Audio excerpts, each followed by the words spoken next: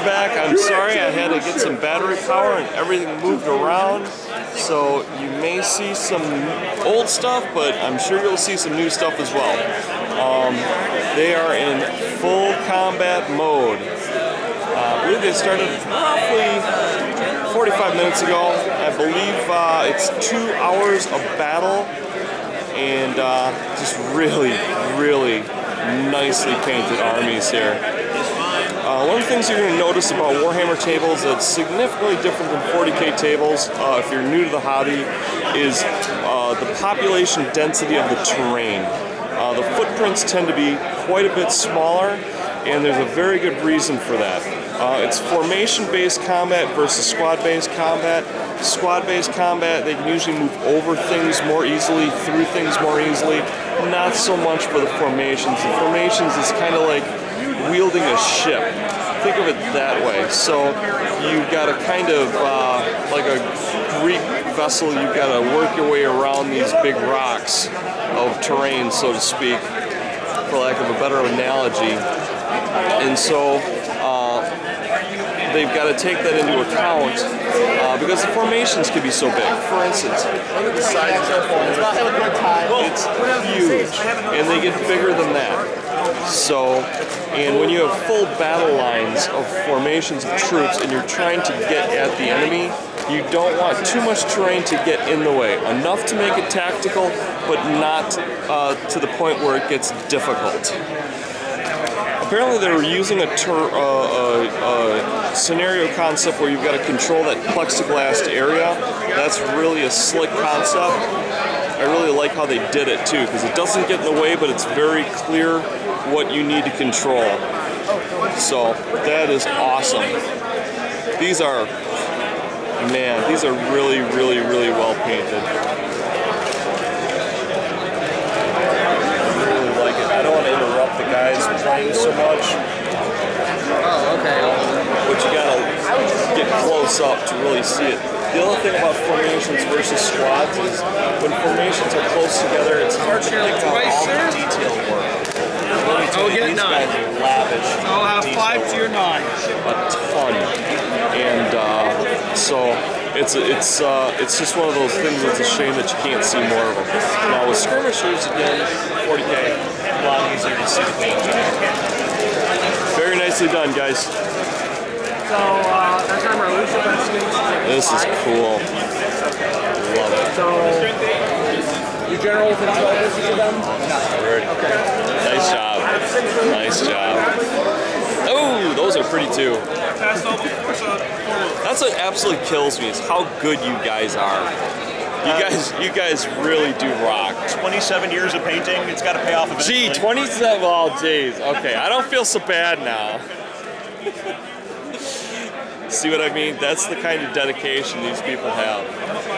27 years. The guy just stomped me by 2 years in my 25 in the martial arts. My God, that is a dedicated gamer, let me tell you. That is something to be proud of. Look at the detail work on this. Me and Chung were looking at this earlier, and it was so nice to talk to someone like Chung who's got a different set of skills that he can bring to bear on things. He was talking about how he would pick out certain things with his airbrush. So I'm very excited that I'll be getting one. And I can't wait to see the potential that it's going to bring to what I do. It never ceases to amaze me what it does for you guys. So it's about time I finally took the flippin' leap, huh? It only took me 8 years. Come on. About a third of what that guy's been painting for. Very nice. 24, 25. Alright, so anyhow, 3 attacks, hitting on 3s, and because of straightforward targeting. That's awesome. Oh, and I picked up Cricks. Yes, my undead fetish is not done. Ben over at Tabletop Gaming Center, they have a Cricks army, but like I said, I have an undead fetish, so thus I must get undead. And it's funny too, because the undead are usually so underpowered in comparison to a lot of different armies. So I'm like really used to like getting my butt kicked, like Dungeons and Dragons, the undead point values just never seem to pan out compared to other armies like the dwarves or the elves. So pretty much whoever I go up against, I always usually get my butt kicked. Apparently, I don't play a lot, but when I do, I make sure I lose. I go out of my way. That is pretty, dude. Very nice. What's the damage?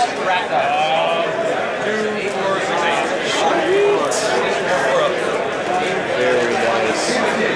Like a boss. Well done. Oh, wow. That is insane.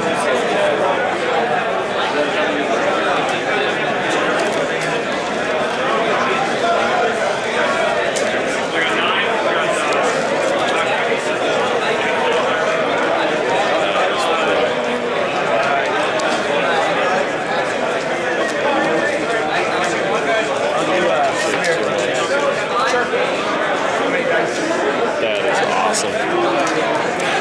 Pardon me, guys. I had to play with the telephoto. It was just too cool. Alright, look at this. Good. That is super cool, dude. I love that. Very nice.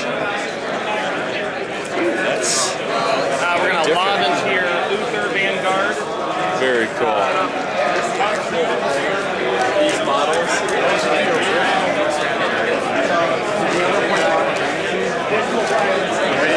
Nice. Anybody can fire in the car. Well, no, if you really roll a 2, then Nice training. I think those are individually cut bricks too. That's really nice. I've been focusing on the terrain too much, guys. Sorry about that. I don't remember what it does. It's like standard white inch I don't play very often. Like What's amazing is how consistent his angle is. It's a very consistent line for that many layers of work. That's very impressive. After you? Love the hat, by the way. Check this out. This is really nicely done. Let's take a look at what happened here. They did a really good job. I think these are metal bases. It's not like they just wanted to slap down some square stones. I think that's a very functional aspect. A few dips and dings, but hey, how's it going? Pretty cool stuff, huh? Yes, very cool. I'm looking for the boat. The boat is right there. Oh, okay, that works. That's where I'm going next. Yeah, this is really effective work. He does such a good job of breaking up his line work that it's really hard to make it out. This might even be some prefab rock work. But he does a nice mixture of tearing away and heat tool work would be my guess. And once again, that would be corkboard, which is very, very effective.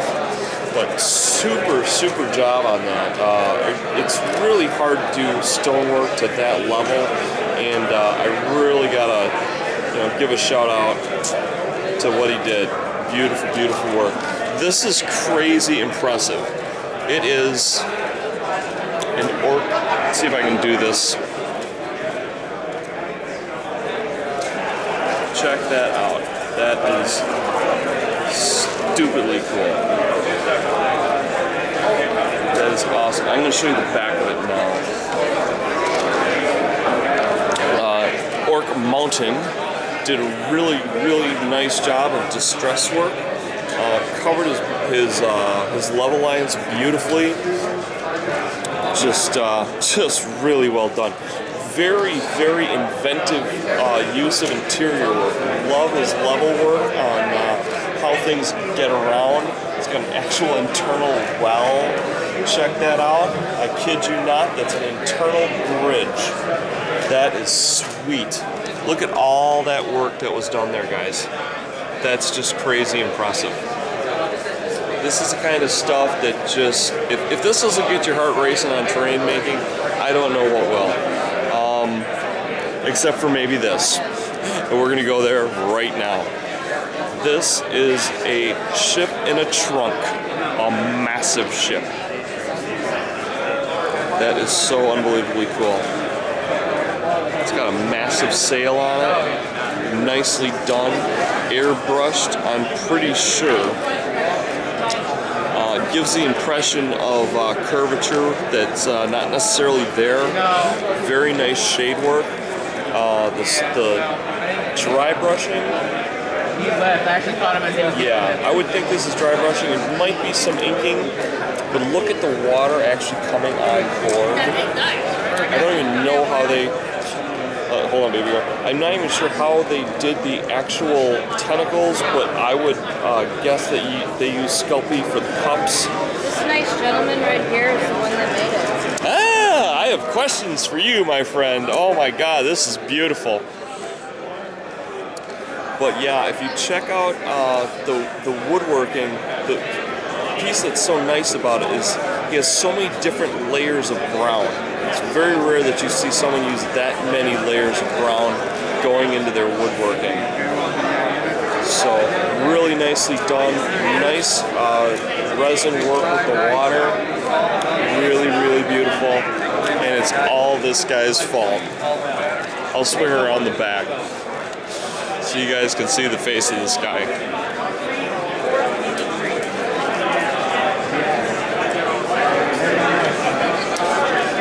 Oh, I was gonna shake your hand. I want to make sure he has magic item. I don't know if he does. Can I shake your hand? Yeah. That is an incredible, incredible piece behind you. Thank you for bringing that to us. We appreciate it. That's awesome. I know you! We're gonna have like, yeah, 2 portals like opening up in time and space, sucking us all together now. We're dead because of you. Thanks, bro. Awesome, awesome, awesome.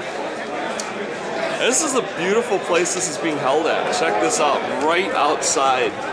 Isn't that cool? This is awesome. There's a big old river here, it looks like. Here's some cool stuff. Simple yet effective.